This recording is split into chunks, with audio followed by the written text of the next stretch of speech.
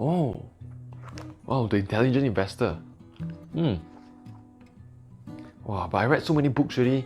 Until now, I still haven't started. Until now, I still don't even know how to start. So complicated.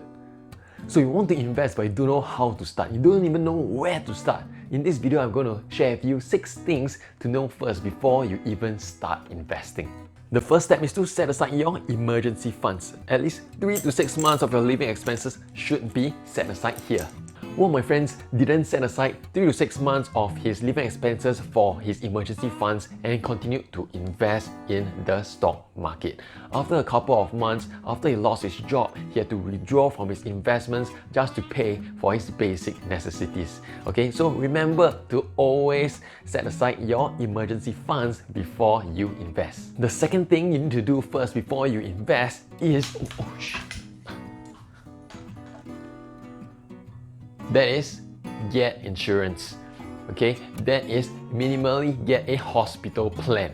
Because you never know when are you going to get an accident like what happened just now, and also make sure to have your parents covered as well, have your dependents covered as well, because you don't want to be in a situation where you have to sell all your investments all because you didn't insure yourself enough and your family members. I actually know 2 of my clients who made sure they invest first before they started investing, but they failed to make sure their parents were insured as well. So what happened was, one of my client's mother was diagnosed with lung cancer, and because of that, she had to go through many surgeries to remove the cancer, to cure her treatment.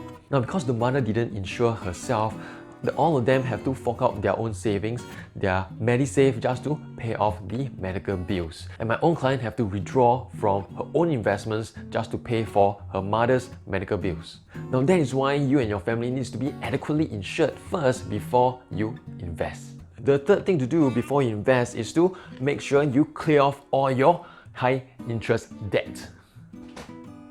These are like your credit cards and your personal loans. Any debt that costs you 5% or more worth of interest rates. A friend of mine came to me with $20,000 worth of student loan debt, about 6% worth of interest rate per year. So he came to me because he wanted to invest and use the investment returns to pay off the loans.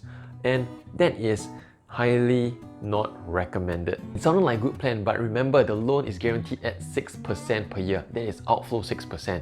And investments is non-guaranteed. Whatever returns it is non-guaranteed.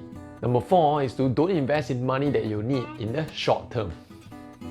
Now this is a very common mistake that many people make. One of my friends wanted to save for his wedding in 3 years' time.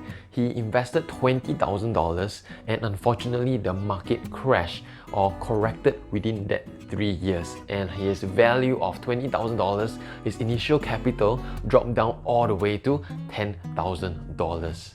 And he had to delay his wedding, and not only that, he had to scale down his wedding. I get it, everyone wants to invest in an investment that gives them high returns, low risk, and very liquid cash. The issue with that is investments, if held for the short term, it fluctuates rapidly, and there's a very high chance of you losing money as compared to if you invest for the long term. The longer term you hold on your investment, the higher chance of you making money. The 5th thing to do before you invest is to be prepared to invest a fixed percentage of your salary. Monthly regular investments, or also known as dollar cost averaging, is much more safer than a lump sum investment. Now this strategy is recommended by Warren Buffett himself. Setting aside a percentage of your monthly income for investments is a strategy that many successful and wealthy people use to grow their money. It's a way for them to pay themselves first before paying others first. What it means is invest your money first before you pay your expenses. How much to invest in depends on your personal preference and comfort level, but it is recommended by most financial experts and professionals to invest no less than 10%. So when your income increases, you can slowly increase the percentage as well. Lastly is to do massive amount of research, do your homework. What to invest, how to invest, how much to invest. There's so many questions you can ask yourself, and all you need to do is to Google or read more books or go for online courses or even watch videos like this. Now, these are the types of questions you have to ask first before you invest. It is because many people don't find out all these answers first from all these questions. That is why a lot of people lose money. I know a client of mine who is very investment savvy. He does his own investments, he does his own research, but then he was succumbed to greed. He was approached by a foreign exchange trader who promised him to get him 3% per month. That is 36% per year, guaranteed. The only catch is that you have to loan money from the bank and invest with me, minimally $20,000. And guess what? He did. He did just that, and 3 months later, he didn't receive any payments. Now, he made this mistake not because he wasn't financially smart, not because he wasn't investment savvy, but because he failed to ask himself these questions in the moment when he was being offered with this awesome offer. He was blinded by greed.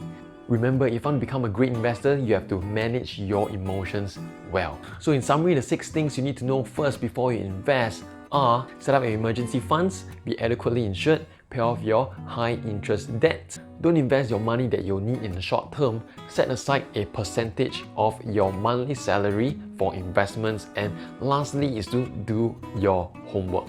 Now, if you want to be part of a special community of individuals and couples who want to develop strong finances and relationships at the same time, I have dropped a link in the description below. It is a closed Facebook group where people can share and discuss their personal experiences on how to manage money and relationships at the same time. In the group, there will also be relationship coaches to guide you along.